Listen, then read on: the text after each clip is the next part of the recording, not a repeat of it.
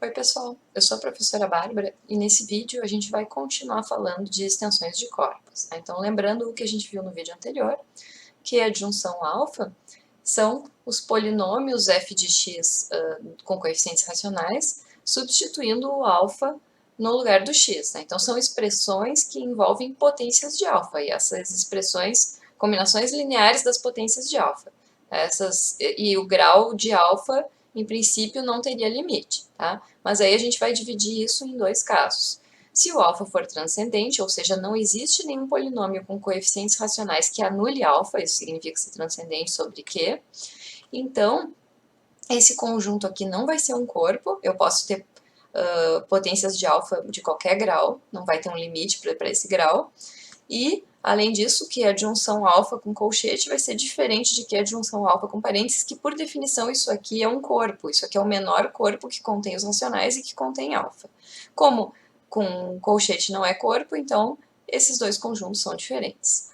Agora, no caso algébrico, a gente tem que alfa é raiz de algum polinômio. Isso é a definição de ser algébrico. Ele é raiz de algum polinômio com coeficientes racionais. Então, digamos que esse polinômio, o polinômio mínimo, que é o polinômio de menor grau possível, que anula alfa, tenha grau n. Tá? Então, a gente consegue mostrar que esse conjunto vai ser um corpo, e além disso, a gente consegue caracterizar um pouquinho melhor ele como polinômios de grau no máximo n-1. Tá? E isso é a mesma coisa que o subespaço gerado por essa base aqui. A gente pode caracterizar ele assim também. Além disso, algumas observações que eu posso ter. Primeiro, alfa não é único, ou seja, eu posso conseguir um beta que a adjunção de alfa seja igual à adjunção de beta. Então, vamos pensar num exemplo bem simples. Se eu fizer que a adjunção raiz de 2, isso é exatamente a mesma coisa que fazer que a adjunção raiz de 2 mais 5. Raiz de 2 mais 5 é diferente de raiz de 2, mas a adjunção vai dar o mesmo resultado, tá? Quem tá aqui, isso é um exercício bem simples de provar. E isso também vai ser igual a que a adjunção menos 3 raiz de 2, por exemplo. Tá? Estou inventando algumas opções aleatórias aqui, eu tenho infinitas possibilidades de outros números distintos que vai dar a mesma adjunção. É isso que vocês podem provar, essas duas igualdades aqui não é difícil. E outra coisa é que às vezes eu posso ter uma caracterização um pouquinho mais simples do que essa que eu escrevi aqui em cima, tá? Por exemplo, se a gente pensar em que a adjunção raiz de 2 mais i. Tá? O polinômio mínimo disso aqui é um polinômio de grau 4, então, pelo que a gente acabou de ver aqui em cima, isso aqui vai ser da forma que, com base 1, raiz de 2 mais i, que seria o nosso alfa, né? Raiz de 2 mais i ao quadrado e raiz de 2 mais i ao cubo. Tá? Isso funciona, tá certo. Só que eu posso caracterizar esse conjunto de uma forma um pouquinho mais simples. Como? Vocês podem provar essa igualdade, não é difícil também, que isso é igual a Q, a 1, raiz de 2, i e raiz de 2i.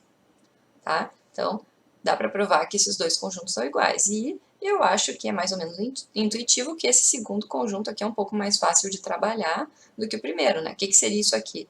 Isso aqui seriam os elementos da forma A mais B raiz de 2 mais C vezes I mais D raiz de 2i, onde A, B, C, D tem que ser números racionais. Tá? Então, às vezes, a gente tem mais de uma maneira de caracterizar um conjunto, uma pode ser mais fácil que a outra, mas as duas estão corretas. Então, vamos ver agora como é que fica se a gente resolve fazer a adjunção de mais de um número complexo. Então, digamos que a gente queira fazer a adjunção de alfa e beta, e como é que a gente define isso? A gente vai definir isso como Q adjunção alfa, e depois a gente faz a adjunção com beta. Então, por exemplo, se a gente tiver Q adjunção raiz de 2 e depois fizer a adjunção com raiz de 3, que é o que eu estou definindo como Q adjunção raiz de 2, raiz de 3, o que daria esse conjunto? Então, Q adjunção raiz de 2 vai ser A mais B raiz de 2, onde A e B são racionais. Depois, a gente vai fazer Q adjunção raiz de 2, que é um corpo, adjunção raiz de 3. Isso aqui vai dar C mais D raiz de 3, só que agora o C e o D não são racionais. O C e o D, eles pertencem a Q adjunção raiz de 2. Então, no final das contas, isso aqui a gente pode substituir por, no lugar do C, eu vou substituir por A0 mais B0 raiz de 2, e no lugar do D eu vou substituir por A1 mais B1 raiz de 2 vezes raiz de 3, onde A0, A1, B0, B1 são racionais. O que vai dar isso? Se a gente trabalhar um pouquinho com isso, a gente vai ter A0 mais B0 raiz de 2, mais A1 raiz de 3, mais B1 raiz de 6, que é a mesma coisa que raiz de 2 vezes raiz de 3. Então, de novo, a gente tem A0, A1, B0, B1, elementos de Q. Ou seja, eu consigo escrever esse conjunto como Q com base 1, raiz de 2, raiz de 3 e raiz de 6. Tá? Então, a pergunta é, será que tem uma maneira geral de eu caracterizar esse conjunto aqui, que é a adjunção alfa e beta? A resposta é sim. Então, como é que a gente descreve que é a adjunção alfa-beta, supondo que o grau do polinômio mínimo de alfa seja n e o grau do polinômio mínimo de beta seja m? Isso aqui vai ser o subespaço vetorial gerado por 1, alfa, alfa ao quadrado, até alfa na n menos 1. Aí depois eu multiplico por beta, então vai ficar beta,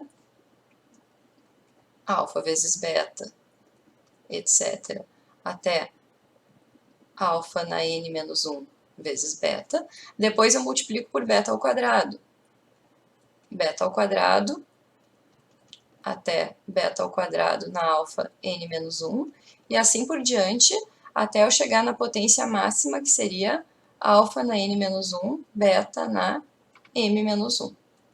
Ou seja, eu tenho todos os produtos da forma alfa na i, beta na j, onde o i vai no máximo até n menos 1, 0 menor ou igual que i, menor ou igual que n menos 1, e o j vai no máximo até m menos 1. Tá? O que a adjunção alfa-beta vai ser gerado por tudo isso.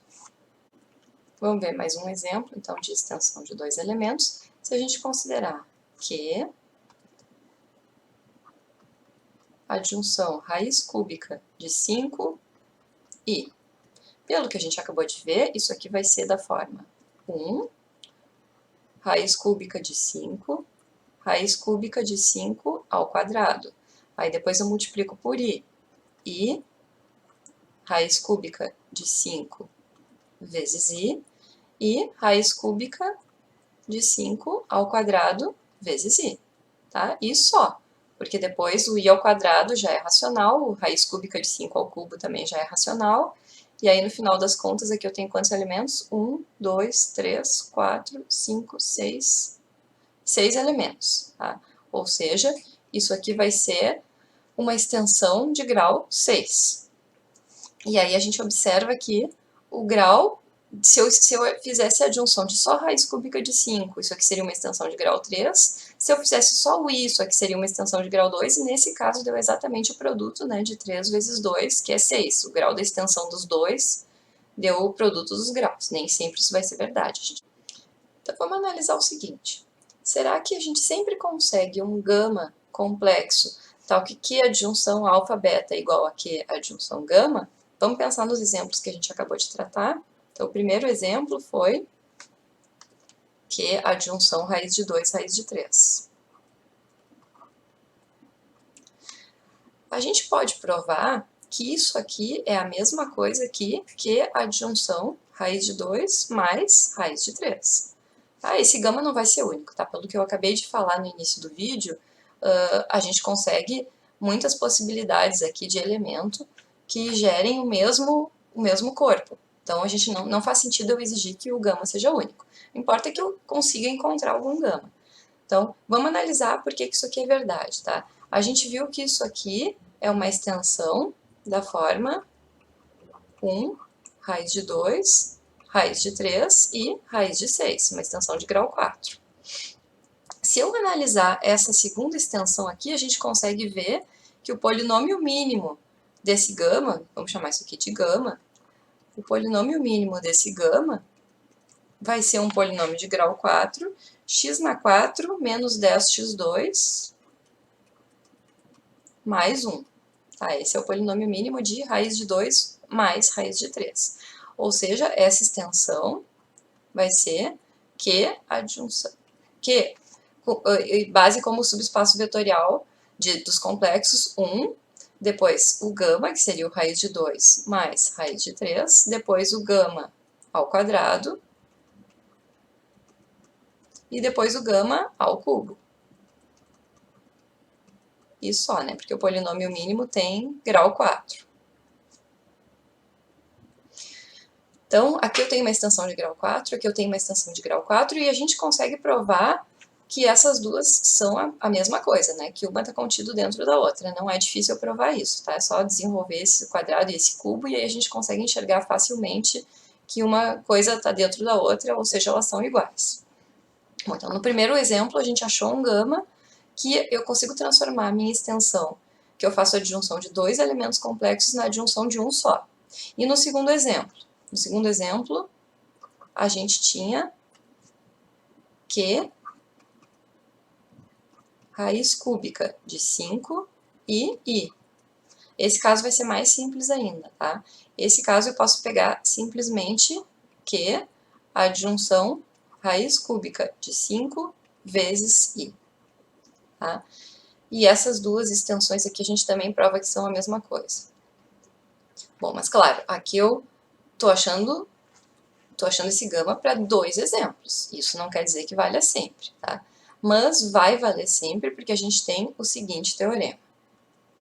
A gente tem esse teorema aqui, que é chamado teorema do elemento primitivo, que diz o seguinte: se a gente tem alfa e beta números complexos algébricos, então existe um gama complexo, que vai ser algébrico também, né, porque a extensão vai ser finita, tal que adjunção alfa e beta é a mesma coisa que adjunção gama. Tá? E eu estou afirmando isso para 2 elementos, mas se a gente pensar um pouco, que a gente vê que a gente consegue fazer o mesmo processo para qualquer número de elementos, qualquer número finito de elementos. Por quê? Por exemplo, se eu tivesse aqui que adjunção alfa, beta, delta. Isso aqui, pelo teorema do elemento primitivo, a gente consegue escrever como Q de gama delta, aí eu aplico o teorema do elemento primitivo também e acho um outro número complexo, vamos chamar de epsilon, por exemplo, tal que essa extensão de 3 elementos se transforma numa extensão de 1. Sempre que eu tiver um número finito de elementos, eu vou aplicando esse teorema n vezes, um número finito de vezes, e eu consigo achar um só elemento que gera toda a extensão. Tá? Isso, claro, para extensão, para o caso dos elementos algébricos, para extensões finitas. Bom, então a próxima coisa que a gente pode se perguntar é qual é o grau dessa extensão aqui, que é a adjunção de alfabeto, quando eu fizer a adjunção de mais de um. Então, nos casos que a gente trabalhou, nos exemplos, que a adjunção raiz de 2, raiz de 3, a gente viu que é uma extensão de grau 4, que é exatamente o produto do grau. Se eu fizesse só a adjunção raiz de 2, isso aqui era uma extensão de grau 2. Se eu fizesse só a adjunção raiz de 3, isso aqui era uma extensão de grau 2, então deu o produto. E nessa outra, a mesma coisa. Se eu fizesse só a adjunção de raiz cúbica de 5, isso era uma extensão de grau 3. E se eu fizesse só a adjunção de i, isso era uma extensão de grau 2. E aí deu o produto, a extensão toda deu grau 6. Será que isso é sempre verdade? Então, vamos ver que não. Se eu tiver esse exemplo aqui, raiz quarta de 2 e raiz de 2. Tá? Isso aqui é uma extensão, se eu fizer a adjunção só de raiz quarta de 2, seria uma extensão de grau 4. A gente consegue facilmente o polinômio mínimo, né? E se eu fizer adjunção só de raiz de 2, isso aqui seria uma extensão de grau 2. Só que a gente consegue observar que adjunção raiz quarta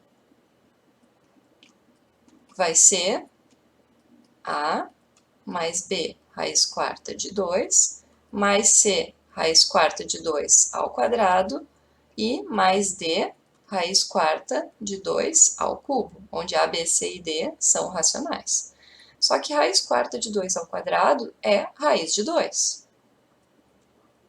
Então, raiz de 2 já está contido aqui. Isso aqui já contém Q adjunção raiz de 2. Ou seja, nesse caso aqui, isso aqui não vai ser uma extensão de grau 8, vai ser uma extensão de grau 4, porque quando eu incluí o raiz de 2, mesmo ele não sendo racional, eu estou incluindo um elemento que não é racional, mas eu não estou incluindo nenhum elemento que já não estava aqui. Então, isso aqui vai ser extensão de grau 4. É um exemplo um pouco diferente dos exemplos ali de cima, tá? O que a gente pode afirmar em geral? Em geral, digamos que a gente tenha que a adjunção alfa-beta, o grau do polinômio mínimo de alfa é igual a n, e o grau do polinômio mínimo de beta é igual a m. Se o MDC de m e n for igual a 1, então o grau da extensão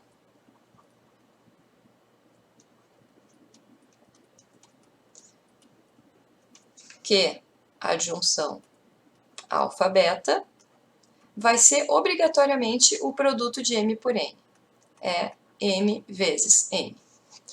Só que se esse MDC não for 1, a gente não sabe afirmar. Aqui a gente já viu dois exemplos. Um exemplo que é o produto e um exemplo que não é o produto. Que o produto aqui seria 8. Então, a gente não pode afirmar nada. Mas quando o MDC for 1, que seria o caso desse segundo exemplo, aí sim a gente pode ter certeza que o grau da extensão vai ser o produto dos dois graus. Então, agora vamos definir o que é o corpo de decomposição de um polinômio. Digamos que a gente tenha P de x, um polinômio com coeficientes racionais de grau n.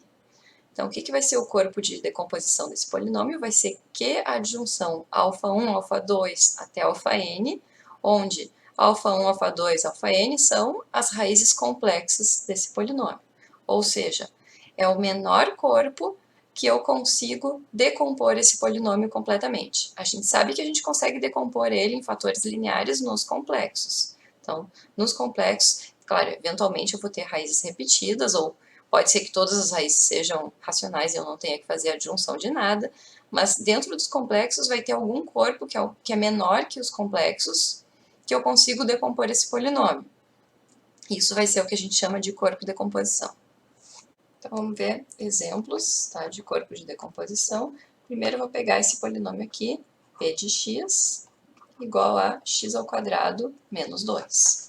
A gente já conhece a decomposição dele nos complexos, isso aqui vai ser x menos raiz de 2, x mais raiz de 2. Então, pela definição de corpo de decomposição, eu teria que fazer a adjunção de raiz de 2 e menos raiz de 2, que são as raízes.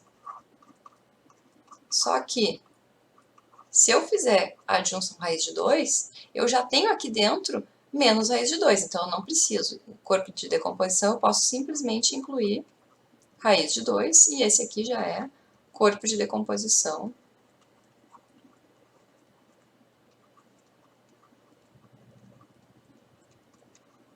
de P de x. Outro exemplo. P de x igual a x na 4 menos 4.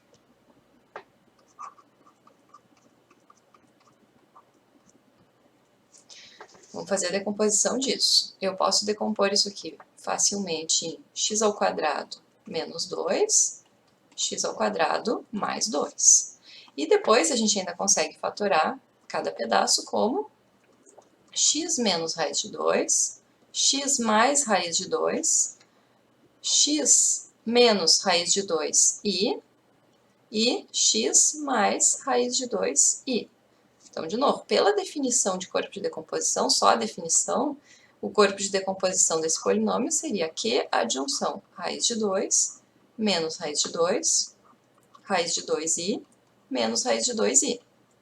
Tá? Só que de cara, a gente já sabe que eu não preciso incluir o menos raiz de 2 e o menos raiz de 2i. Esses aqui são desnecessários, porque eles já estão, no momento que eu incluo raiz de 2, eu já estou incluindo esse, né? Porque é um corpo, então vai ter o oposto.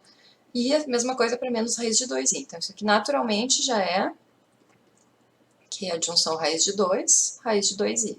Tá? Ou seja, nem sempre eu vou precisar incluir todas as raízes para obter o corpo de decomposição. Elas, às vezes, algumas naturalmente já vão ser incluídas.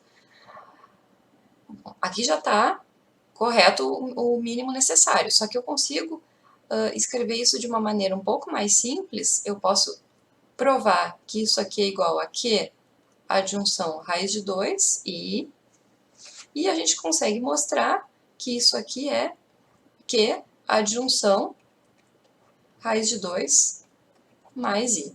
Tá? Então, eu teria que provar todas essas inclusões, mas a gente consegue chegar que o corpo de decomposição gerado por um só elemento seria esse aqui, o gerado por raiz de 2 mais i. Então, só um comentário sobre quem é o elemento primitivo que eu tenho que achar, né? Quando a gente tem Q adjunção alfa, beta, e eu quero transformar isso aqui numa adjunção de gama, onde quem pode ser esse gama?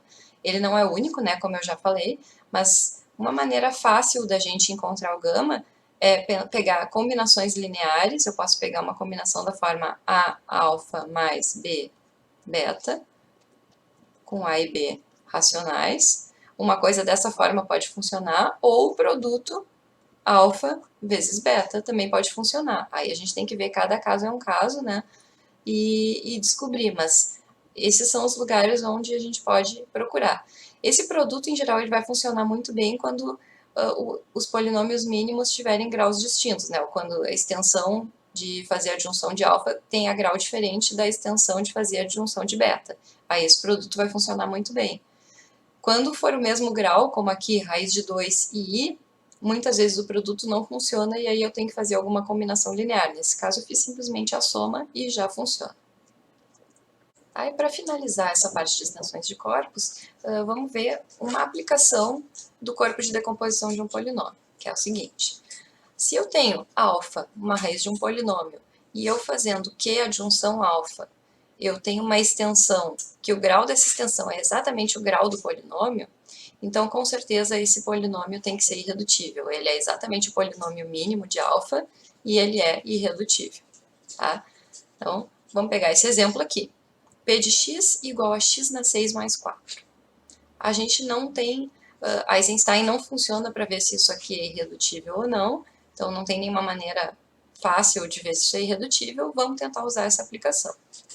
Eu sei que alfa igual a raiz cúbica de 2 vezes i é a raiz desse polinômio, né? Porque isso aqui eu posso fatorar como x ao cubo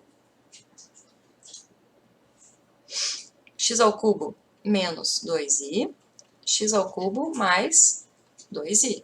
Então, eu tiro raiz cúbica de 2i, isso vai ficar a raiz cúbica de 2 vezes i. Tá?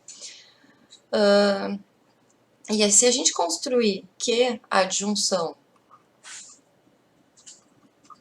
raiz cúbica de 2 vezes i, isso aqui vai dar uma extensão de grau 6. É a extensão de grau 6 de Q.